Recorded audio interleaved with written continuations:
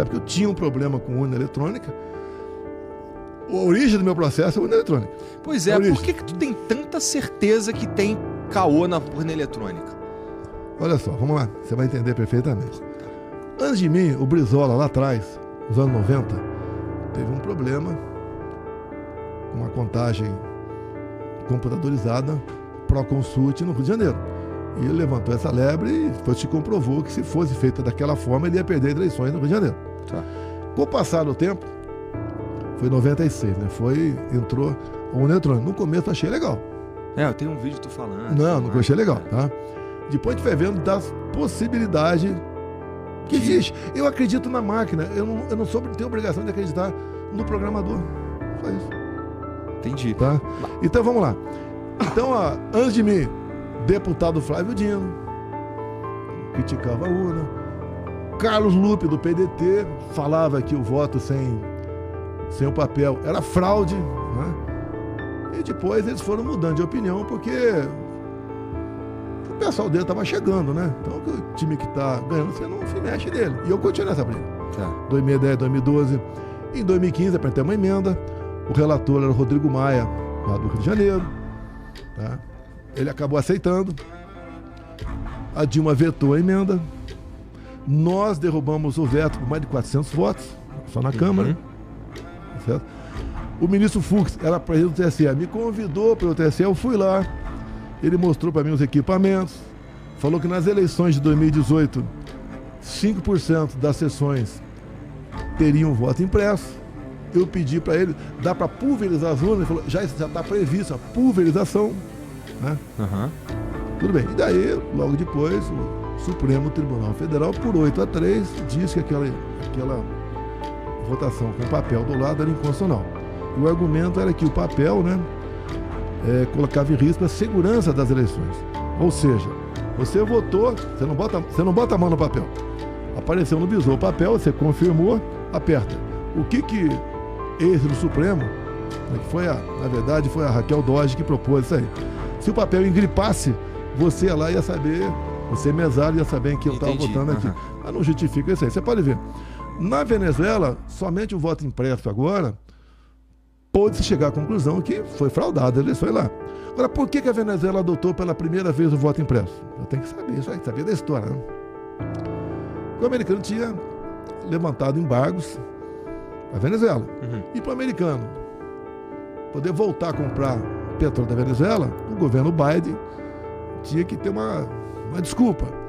Daí juntaram na Venezuela, Estados Unidos, representante, o Maduro e a oposição, que era Maria Corina, Capriles, entre outros.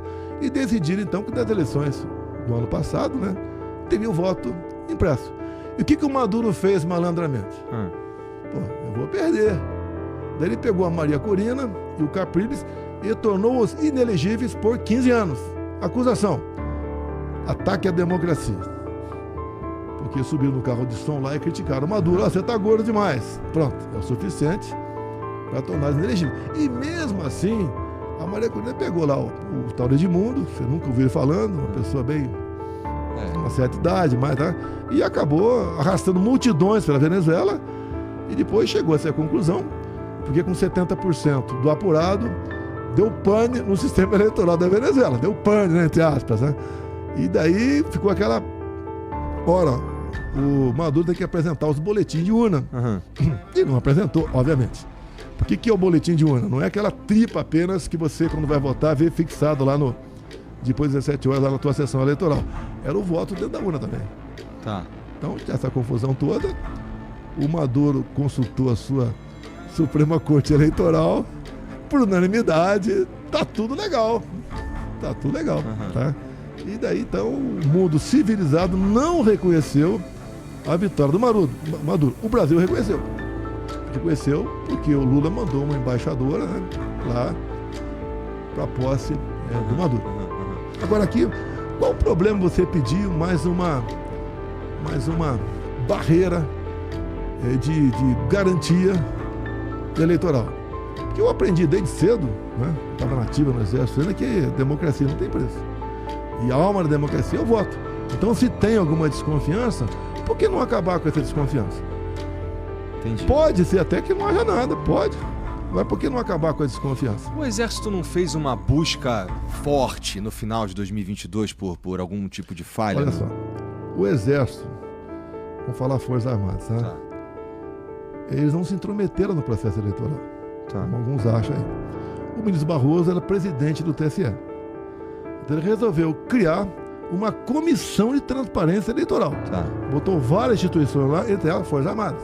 Quando fez isso, chamei o ministro da Defesa e falei, olha, já que nós estamos lá, nós temos um comando de defesa cibernética, umas 200 pessoas que são hack, né? Tá. Todo mundo tem isso aí. Vamos botar o pessoal para colaborar com o TSE. Mas fomos boicotados em tudo quanto é lugar. Foi isso aí que originou Exato. lá o inquérito 1361? Não. Não foi esse? É outra história. Tá bom. Mas tá bom. Mas é bacana a história dele. Tá. É bacana. Mas vamos nele já? Tá. Vamos. É porque assim, esse lance do. Por que eu tô falando assim? Eu vi, acho que é o Cid que fala que o general Paulo Sérgio, que tava de frente de uma força-tarefa, eu acho, pra ver se tinha fraude nas urnas e tudo mais, o cara tava procurando e não achou. Não tem problema nenhum procurar. É para colaborar. Mas reparou que o Cid sabe de tudo? Ele nunca participou da reunião minha com os generais. As raras vezes que ele participava, quando era uma reunião aberta, com os generais, com ministros setoriais, não participava de nada. Agora, ele foi, quando fizeram uma pesca probatória, né? O Fish Expedition, o telefone dele, acharam ali a questão de fraude de vacina. E em depoimento, a esposa dele confirmou que a fraude havia sido feita em Goiânia. Então, em cima daquilo, uma punição para a esposa e para a filha, ele ficou abalado e, no meu entender, foi torturado. A gente Psicologicamente, não há dúvida. Na reta final, você nunca viu um juiz participar de um depoimento de um delator. Ele estava lá e ameaçando. Tava lá meio esposa, puto, inclusive. Filha, imaginou? Filho, você complica a situação. A ameaça era, se você não falar a Sim. verdade dessa vez, nós vamos continuar a investigação na tua família. Na família, sim, falou, citou a esposa dele, citou a filha. Tá certo? Então aí ele foi cedendo, no meu entender, foi cedendo. Agora, ele fala muita coisa, algumas coisas são verdades que ele fala, outras eu fico pensando, como é que esse cara teve conhecimento disso daí, se nem eu estava sabendo? Entendi. Tá? Agora vamos falar, vale a pena, vai ser... Estou gostando de você, queria que a imprensa brasileira tivesse aquela imprensa investigativa, para ir para fundo. Tanto é que, quando você perguntou para mim, logo que cheguei aqui, vou perguntar certas coisas, o que eu te respondi? Vai, pô. Vamos embora, pô, não tem problema aqui não. Vambora. Pois é. O Cid realmente, assim, a delação do Cid, ela é a base do processo que tá para ti. Acho que dia 25 o STF vai analisar a denúncia para ver se tu vira réu. Você pode ver, a PF ficou mais de 2 anos investigando. Se for contar com o inquérito Mãe de Fake News, que está lá no pacotão também, ficaram 6 anos investigando. Deram 15 dias para as razões de defesa, incluindo o carnaval. Tem mais de 100 mil páginas. E tem coisas que eles não entregaram. Essas 100 mil páginas tem muita coisa, não tem nada a ver com o processo. Tem um termo em inglês aí, e quando se usa esse artifício é para embaralhar a defesa, e quando o juiz é bom e o Ministério Público é bom, você encerra o negócio ali mesmo. Fizeram tudo quanto é maldade para atrapalhar a investigação. E você conversa com meus advogados, que tem maior conhecimento do que eu, obviamente, né? Nós temos que ter acesso a toda a documentação que trata do processo. Bom. Quando você fala no telefone... Esse é o mínimo. São 30 e poucos, né, denunciados aí, telefone de meia dúzia. O resto você não tem. Porque se eu pego um extrato do teu telefone, eu não sei, e daí o cara usa esse extrato da forma que bem entender. Sim. Pô, que golpe é esse? Um dia eu estava conversando com um cara de Israel, né? Converso com o cara por ele e falou, que golpe é esse que o Mossad não estava sabendo? Quando há uma tentativa de golpe, não falo nem golpe, né? Tentativa, em poucos minutos o mundo todo fica sabendo. Que golpe é esse que não tinha exército nas ruas, não tinha fuzil e não tinha liderança? Para quem preparou essa armadilha, só não foi perfeito porque eu não estava em Brasília. Você tem dúvida se eu estivesse em Brasília não estaria preso até hoje? Eu acho que estava preso. Até hoje. Agora, foi dia 8, e se fosse dia 15? E se fosse dia 30 de março? Olha, eu passei, me procurou o ministro Zé Múcio, até ele foi no Roda Viva, falou. meados de dezembro, e queria interlocução com os comandantes para fazer a transição. Abrimos as portas. Nomeei 2 ministros, o da Aeronáutica e do Exército. Eu vou nomear ministro e depois tentar dar um golpe? É brincadeira. E outra, o golpe, você pode ver. O povo fica pensando que é fácil, né? Não é fácil dar um golpe. Vamos lá. Porque você tem que estar bem organizado. De dar um golpe. Você tem que estar muito bem organizado e preparar o after day. Com certeza. Como é que fica o dia seguinte? A mesma coisa, você em casa, com a tua sogra em casa, você briga com a tua mulher. Levanta a voz. Você está preparado? Porque a sogra está em casa. O after day, o mundo levanta barreiras contra a gente. Desliga o sinal desse trem aqui. Você pode até ter um baita de um clamor 1 ou 2 dias. Não, o Brasil é um país que não admite um golpe. Não, isso não existe. Existe. E outra coisa. Mas também não impede as pessoas de tentar. Você pega... Não, loucura qualquer um tem por aí, qual o problema? Mas, cara, deixa eu te perguntar uma parada mesmo na moral. Olha só, eu acredito que... tá bom, então tava nos Estados Unidos e tava rolando aqui o 8 de janeiro e tal. Tem uma galera tão apaixonada pelo que tu representa, de certa forma, pra não dizer que é apaixonada por você, que esses caras, eles são... Tu diria que eles são proativos demais? Olha, tipo, o Cid é um cara proativo demais? O Cid extrapolava. Tá. Ele... Mas e a galera tinha excesso de iniciativa, né? Tava sempre ligado. E outra coisa, era um cara que todo mundo procurava. Generais procuravam. O Muro das Lamentações. Eu falei que o telefone dele era o Muro das Lamentações, né? E outra coisa, fazia reunião com o ministro e tal. Não é ele. Eu tinha 4 ajudantes de ordens. 4 oficiais. O Cid era o chefe. Era o chefe, mas tinha um rodízio em todos eles. Se você conversar com... Eu não arrolei como testemunha nenhum dos outros. Porque o molecada chama de garotada, né, tenente-coronel, ia ficar preocupada. Eu não arrolei como testemunha. Que iam falar o quê? Por que tu foi para os Estados Unidos? Hã? Por que tu foi para os Estados Unidos? Eu resolvi para os Estados Unidos. Eu tinha uns pressentimentos que podia ter algum problema aqui no Brasil. Oxi. Tá, tinha um pressentimento. Vou sair do Brasil, não confio nesse cara que está chegando, não vou passar faixa para ele jamais e vou curtir a minha ressaca, né, lá fora do Brasil. Se eu ficasse aqui, eu tava ferrado. Tá? Agora, você pode ver, repetindo aqui, você vai dar golpe em cima de prédio vazio? O que é um golpe? Você chega no chefe de Estado, mata, prende, deporta. E o punhal verde e amarelo, cara? E você tem que perguntar. Esse é mó pira. Você tem que... Como é que pode, assim, matar o Lula... Não, primeiro é sequestrar e envenenar. Matar envenenado. Tiro é no Alexandre de Moraes. Você tem que perguntar. Doideira. A PF não ouviu o dono do computador que tinha esse plano punhal verde e amarelo. A PF não ouviu? Não ouviu. Mas como é que o Gonê põe isso na... O Gonê, mais que repetiu, a PF agravou, inclusive. Falou que eu aqueci, né? Que eu aqueci, baseado no quê? Baseado no quê? Qual prova disso? Eu tenho que provar que não fiz. Eles têm que provar que eu fiz. Eles têm que provar que eu destruí patrimônio. É o contrário.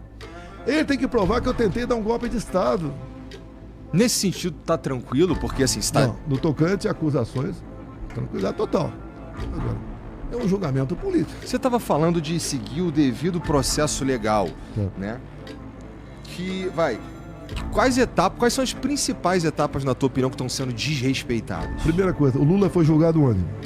Na primeira instância. 13ª vara em Curitiba, primeira instância. É o meu caso. Tanto é que agora, semana passada, o Supremo mudou o entendimento disso. Continua, como começou, eu estava na presidente, continua no Supremo. Até há pouco tempo, o parlamentar estava sendo processado, ele perdeu o mandato e a primeira instância. Agora inverteram. Agora os caras estão mantendo o foro privilegiado que tu não quer. Não quero foro privilegiado. Não é que eu não quero. Eu quero devido processo legal. É só isso. Até pior do que eu, são essas pobres pessoas que estão sendo condenadas de 14 a 17 anos de cadeia. O foro da Dona Maria não é o Supremo. Pô, mas é que é golpe de... eu não tô falando que tá? O que eu tô dizendo é que a acusação é de golpe de Estado. Aí é golpe de Estado. Não. A acusação não é só essa não, né? Tentativa de golpe de Estado. Isso, que é quase a mesma coisa. Abolição violenta do Estado Democrático de Direito. O que é violência? E eu te entendo. O que é violência? Tu chega lá e arrebenta tudo. Você dá a entender que Eu posso até fazer uma maldade contigo com um cabo de vassoura. Agora, para dar um Lá golpe de Estado, Com cabo de vassoura não dá. você tem que ter uma organização. Você tem que estar organizado com forças da imprensa, Forças Armadas, Combinado com classe esse empresarial. Em 64 estava a igreja, em 64 estava a OAB também, daquele lado, porque ninguém queria mais aquele presidente aqui. Tá? Uhum. E assim mesmo o pessoal enfrentou uma barra. E o golpe em si, que o pessoal fala em golpe, né? Mas quem decidiu 64 não foram os militares. Os governadores de São Paulo, Rio, Minas Gerais, basicamente eles. Uhum. E depois havia um combinado que, tanto tempo depois, teria eleições. E daí quem estava no governo, Castelo Branco Costa Silva, não aceitou. Aí você pode discutir esse assunto aí. E o Brasil seguiu. Agora, você tinha muito mais liberdade naquele tempo do que hoje em dia. Não, calma aí. Eu não ia ser possível naquele tempo. Tipo, o AI-5 não permitiria a gente ter uma conversa aberta, assim, por exemplo. Né? Bem, tinha censura na imprensa, não vamos negar isso Claro. daí. Mas não era essa censura toda como existe hoje. Eu não sei, porque como eu não vivi, Não, eu não tenho não. nem ideia. Sabe qual é? É difícil. O Porque assim, AI-5 funcionou para caçar parlamentar. estudar é diferente de viver, então... Agora, eu quando cheguei em Brasília em 91, eu tive contato com velhas guardas da política. Paulo Maluf, Luiz Guimarães, um montão de gente da velha guarda lá. E daí o pessoal conversava com o pessoal. Uhum. As listas de cassações muitas vezes eram feitas pela mesa da Câmara dos Deputados. Onde o pessoal Nessa dizia, época os caras ainda estavam... Ainda tinha... houve abuso, ninguém vai falar que não houve abuso. Houve abuso. Quando tu chegou lá em 91, militar, os caras te tratavam como? Pô, tinha lá dezenas de anistiados, né? Me viram um capitão novo lá, opa, carne diabo. fresca. E daí, muitos desses arroubos meus foi daquele momento. Lá naquele tempo não tinha isso aqui, não tinha nem TV câmera. Então o que você falava ficava, quando muito, guardado na sonora, mais nada. Entendi. E o pau cantava lá. Agora, mudou muita coisa. Você pode ver, quando era moleque, tinha jogar futebol na cidade, era pancada, era voador no pescoço. Isso praticamente acabou. As pessoas vão mudando. E a política também era muito mais agressiva. Entendi, Tá? entendi.